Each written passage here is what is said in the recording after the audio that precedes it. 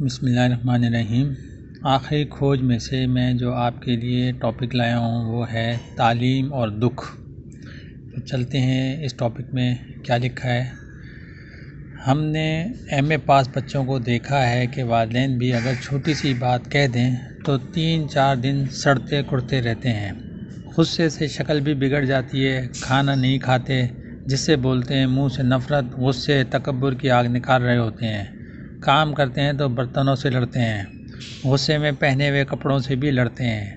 اپنا ہی منہ افسردہ لگنے پر خود کو بھی کوستے ہیں، کیونکہ غصے سے اپنے ہی چہرے پر سلوٹیں پڑ جاتی ہیں اور پلاسٹک سرجری کی طرح سپاٹ چہرہ ہو جاتا ہے۔ پھر اپنا آپ بھی اچھا نہیں لگتا۔ اس وقت وہ بچے ایم اے پاس نہیں، ایم ای پاس لگتے ہیں۔ کتابوں کا رٹا لگایا ہوا ہے، سمجھے کچھ بھی نہیں۔ ویسے بھی تعلیم میں کتابوں میں تو لفظ ہوتے ہیں مگر خود پر ان کا پریکٹیکل نہیں کیا ہوتا۔ کلاسیں بہت پڑھ لی ہوتی ہیں مگر خود کو نہیں پڑھا ہوتا، اس لیے زیادہ دکھی رہتے ہیں۔ وہ دکھ لمبا عرصہ گزرنے پر بیماری بن جاتے ہیں، ساتھ کوئی جسمانی دکھ یا ذہنی دکھ مل جاتا ہے۔ اب اس کو پاگل پن جیسی بیماری لگ جائے گی۔ وہ جیسے خود کی انا سے کہے گا میں پاگل نہیں ہوں، مگر اس کا غصہ ہی پاگل پن کا اظہار کر دے گا۔ ہر نارمل رہنے والا اس کے چہرے کو دیکھے گا، غصے کو دیکھے گا تو پاگل ہی کہے گا۔ اگر سامنے والا بھی غصے میں آ گیا تو جھگڑے میں کسی کی ناک بھی کاٹ سکتا ہے۔ جس نے اچھے خاصے چہرے کو غصے میں بگاڑا ہے، جھگڑا مزید اس کے چہرے کو بگاڑ دے گا۔ اب ساری زندگی خود کو دیکھ کر سڑتا کڑتا ہی رہے گا۔ یہ زندگی کا حاصل وصول ہوا۔ تعلیم کا کوئی فائدہ نہ ملا، بلکہ زندگی کی سمجھ بھی نہ آئی اور نہ ہی آنے کا مقصد ملا۔ کیا تعلیم اسے کہتے ہیں؟ زندگی گزارنی آنی چاہیے، وہاں تعلیم کم ہو یا زیادہ ہو۔ اگر خود سکھی رہنا نہیں جانتا تو وہ جاہل ہے۔ اگر خود سکھی رہنا نہیں جانتا تو وہ جاہل ہے۔ وہی ان پڑھ ہے جس نے زندگی کو جینا نہیں سیکھا۔ کتابوں کو پڑھنا ہی نہیں ہوتا، اس سے کچھ پانا بھی ہوتا ہے۔ پانی کا گلاس پکڑنے سے کچھ فائدہ نہیں، خود پیو گے تو اندر سکون آئے گا۔ کتاب یا ڈگری ہاتھ میں پکڑنے سے روپے کما سکتے ہو، مگر زندگی کے سکھ نہیں۔ جب تک پڑھا ہوا یا پکڑا ہوا خود پر استعمال نہ کرو گے، سکھی نہیں ہو سکتے۔ جو پڑھائی غرور تکبر سکھا کر خود ہی کو جلاتی رہے، اس تعلیم کا مجھے کیا فائدہ ہے؟ اگر کسی کی ایک بات میری زندگی کو بدل دے، وہ ایک لفظ بھی 18 جماعت پاس کرنے سے اعلیٰ ہے۔ جو اس زندگی میں جینا نہیں جانتا وہ کچھ بھی نہیں جانتا۔ بندہ ہو یا بچہ ہو، سیکھنے والا ہو تو ہر شے سے سیکھ جاتا ہے۔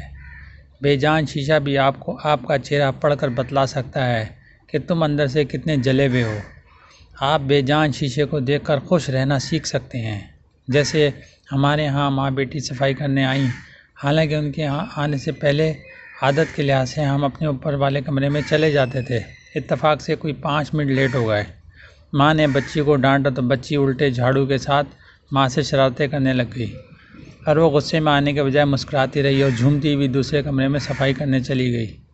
وہ بچی کوئی زیادہ تعلیم یافتہ نہیں تھی، 12-13 سال عمر ہوگی۔ تو مجھے بڑی حیرانگی ہوئی کہ اسے ڈانٹ پڑنے پر غصہ نہیں آیا بلکہ اس نے خوشی کا اظہار کیا۔ دوستو، تعلیم کے ساتھ خوش رہنے کی تربیت بھی سیکھیں، ورنہ کوئی آپ سے خوش ہوگا نہ آپ خوش رہیں گے۔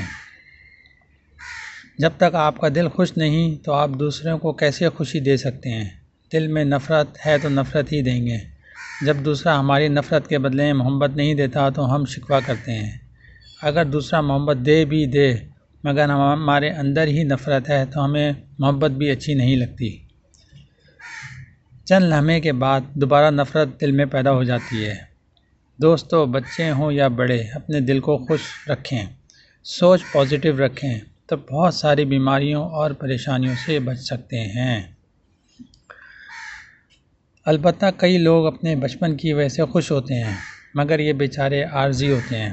جو پریشانی کے دوران خوش رہنا سیکھ لے، اسے کوئی پریشان نہیں کر سکتا۔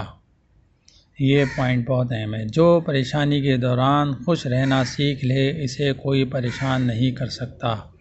جو لوگ غمی یا خوشی کو سمجھ لیتے ہیں، جو لوگ غمی یا خوشی کو سمجھ لیتے ہیں وہ نہ زیادہ غمگین ہوتے ہیں نہ خوش ہوتے ہیں، وہ درمیان میں آ جاتے ہیں، وہ سکھی ہو جاتے ہیں۔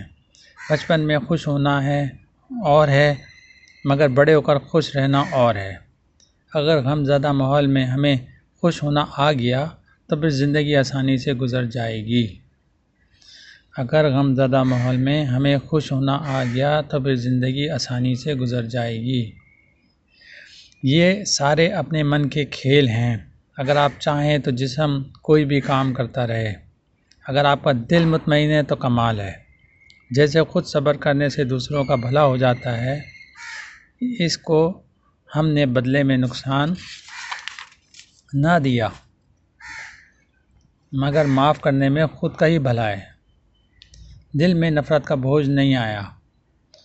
اپنے دل میں ہر بوجھ نکال دیں، کوئی بھی عبادت کریں، یوگا کریں یا اپنا دھیان اپنی طرف لے جائیں یا کچھ بھی نہ ہو مگر ایزی ہو جائیں۔ دل سے بوجھ نکالیں گے تو دل خوش ہوگا، ورنہ اداکاری سے چہرہ جتنا مرضی خوش والا دکھا لیں، اندر دل کو سکون نہ ملے گا۔ اگر اندر بدبودار ہے تو باہر جتنی مرضی خوشبو لگا لیں، وہ خوشی نہیں ملتی جو دل کو سکون دیتی ہے۔ تعلیم انسان کی سوچ کو پازیٹیو کرتی ہے، دوسروں کا برا نہیں سوچتی، بلکہ برے کے لیے اپنی سوچ بری نہ ہونے دیں۔ برے کے لیے اپنی سوچ بری نہ ہونے دیں۔ خود کے دکھوں کی نجات کے لیے اپنی سوچ درست رکھنی ہے۔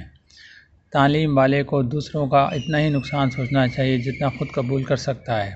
جتنا بھلا اپنا چاہتا ہے، دوسروں کا اپنے سے زیادہ چاہے گا تو مومن بن جائے گا۔ جتنا بھلا اپنا چاہتا ہے، دوسروں کا اپنے سے زیادہ چاہے گا تو مومن بن جائے گا۔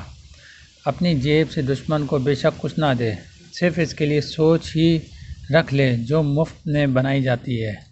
یہ بھی عطا ہے جو خود کو پریشان نہیں ہونے دیتی۔ یہی تعلیم کا فائدہ ہے کہ خود کو انسان دکھوں سے نکال لیتا ہے۔ تعلیم یافتہ ہو یا ان پڑھ ہو، جو اپنی تھاٹ کو پازیٹیو نہیں کر سکتا وہ نادان ہے، خواہ وہ کوئی بھی ہو۔ جب سمت درست ہوتی ہے تو قدرتی انرجی آپ کے ساتھ پورا تعاون کرتی ہے، آپ کی مدد کرتی ہے، وہ خود میں موجود ہے۔